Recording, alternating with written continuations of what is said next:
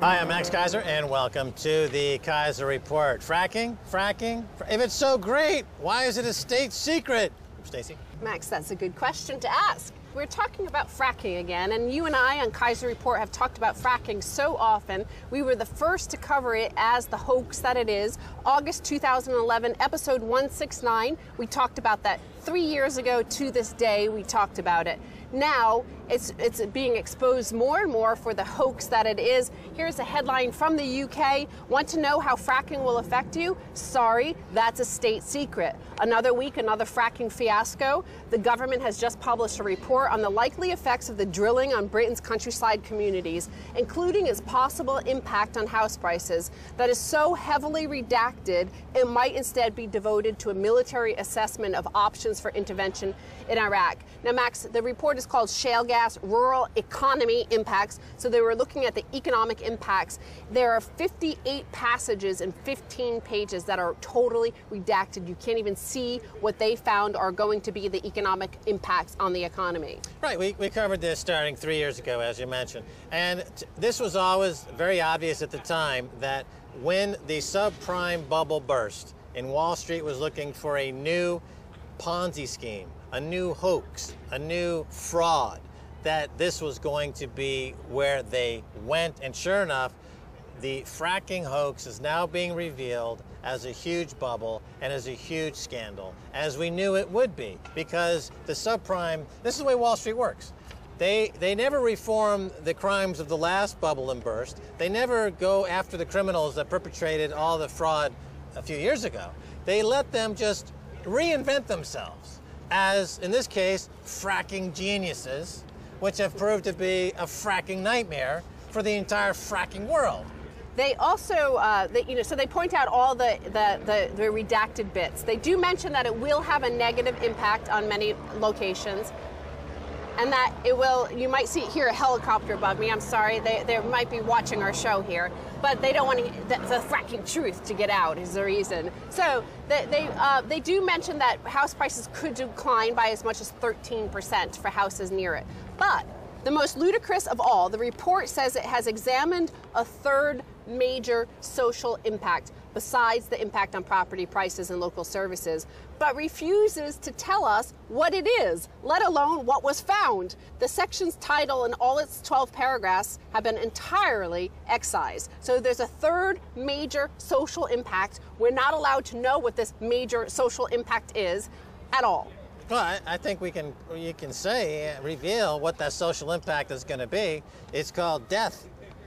Death through imbibement of carcinogenics that they use in the fracking fluids. This is what we know from studies around the world, from the US and elsewhere. The fluids used to frack give people cancer. So they don't want to put that, they can't have a prospectus and say, let's raise £1 billion to do fracking, and one of the risks is people near the fracking operations get cancer. No one's going to invest in that, but nevertheless, that's what the investable risk is. This is a heinous bypass of all securities law. When you raise money, you need to put in under the risk disclosure everything that would be a risk for the potential investor. The fact that they can get away with not disclosing the cancer risk is a clear violation. We don't know it's cancer. We don't know it's cancer. We don't know what it is. It could be that the water will be flammable. It could be that the queen might disappear into a big giant black hole. It could be the corgis might turn on fire. It could be anything. But that's the point, is we can only imagine. Your guess is as good as anybody's. So it could all be just as good as anybody's.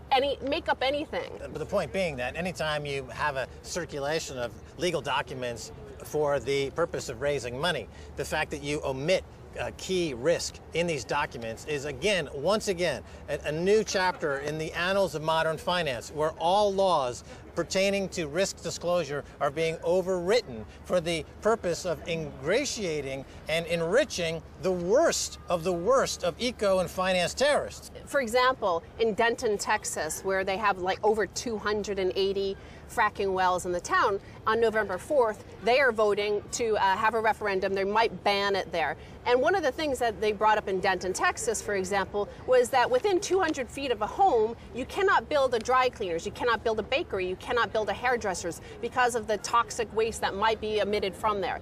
But you can put a fracking well wherever and you don't need to tell anybody what's in there. But now going back to the UK and all this redacted report, the other thing that the article mentions is that doubts are growing not just as a result of mounting opposition, but because the resources are looking less bountiful than had been thought.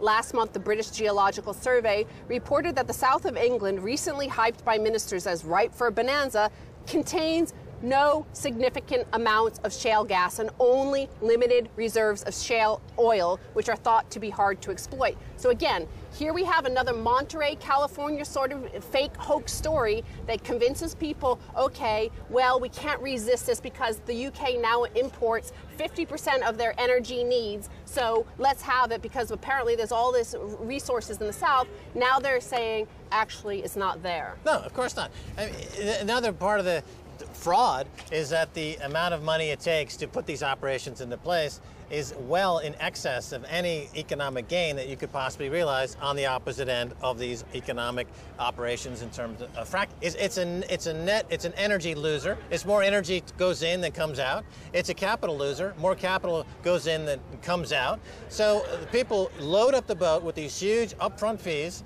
They put some equipment into the ground. They give some people some cancer, allegedly, wink, wink, and then they walk away and leave this eco-disaster for somebody else to pay. Brits have a national health service. They don't care about cancer, but they do care about their house prices, and the house prices will decline by 13%. Now, the article then refers to another article from the Telegraph. This is written by Tim Morgan, who is the global head of research at Tullett Prebin from 2009 to 2013. And the article reads, Shale gas, the dot-com bubble of our times. Comment, output from shale wells declines so quickly that they will never be profitable. When investors realize this, the industry will collapse, writes Tim Morgan. So he mentions that everybody talks about the cancer, everybody talks about whoa, whoa, whoa, the environmental problems, but he says not one person has he ever seen ask about the economic consequences. Doesn't make economic sense. Obviously, he has not watched the Kaiser report because we've talked about this many times, and he says for Britain that it does not make sense. It makes no sense. It makes no sense for America, he said, where if people actually looked at the numbers, nobody's making money. That's right. The economics are horrible. I mean, to compare to the dot-com bubble is a good comparison because during the dot-com bubble, you had many companies who went public that had no revenues. They had no business plan. They had no CEOs. They had no products. But Wall Street decided, let's take them public. Let's raise billions of dollars with initial public offerings for companies that don't really exist. And they all made huge amounts of fees and bonuses, and then it collapsed. With fracking, there is no revenue there. There's no there. There's no gas, there's no oil. It's a hoax. But they're going to still do deals. They're going to still pay themselves huge, incredible upfront fees. They're still going to make a killing. And again, it's going to collapse, just as the dot-com bubble collapsed. This guy, Tim Morgan, mentions that in the United Kingdom, they're mentioning that, well, look at what happened in America. They're the Saudi Arabia of fracking natural gas, fracking oil. It's a Saudi Arabia. Well, he then goes into that. He said that's a big problem because we now have more than enough data to know what has really happened in America. Shale has been hyped, i.e. Saudi Arabia, Saudi America, and investors have poured hundreds of billions of dollars into the shale sector. If you invest this much, you get a lot of wells, even though shale wells cost about twice as much as ordinary ones. If a huge number of wells come on stream in a short time, you get a lot of initial production. This is basically what has happened in the U.S. So you get initial production, it all declines rapidly by 60% within the first year. And he mentions again, that it costs twice as much to build a normal well. No, I think the comparison to Saudi Arabia, that's not necessarily the comparison you want to make. I mean, Saudi Arabia is an oil oligopoly monopoly where you have 5,000 princes that monopolize all the wealth and everyone else is living in abject poverty. Yes, I agree that America is heading toward a Saudi Arabian style economy where you've got a few thousand princes on Wall Street and in Silicon Valley and everyone else is living, in abject poverty. There is that wealth and income gap is approaching that of Saudi Arabia. I agree that is true. America will become like Saudi Arabia. That is true. But they will not have the reserves of energy that Saudi Arabia have. That is false. Well, they call it Saudi America, and again, the wells cost twice as much to drill, any sort of simple mathematics, if you had the basic understanding of mathematics, you would be able to say that they're not able to compete. If it costs you twice as much to make the same product, the same barrel of oil, the same barrel of gas, it's the same exact thing around the world, you are not competing with somebody like the Middle East or Russia or Norway or the UK, where it's easier to extract.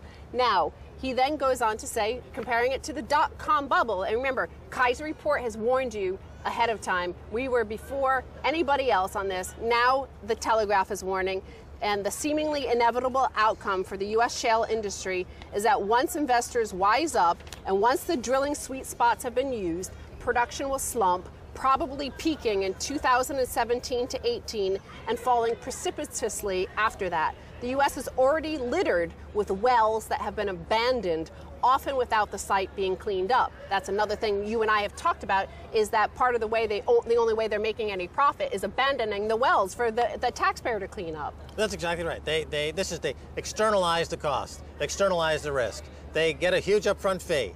They engage in a little bit of fracking that is completely unprofitable and makes no economic sense. Then they walk away from the project and they leave an ecological disaster for somebody else to clean up.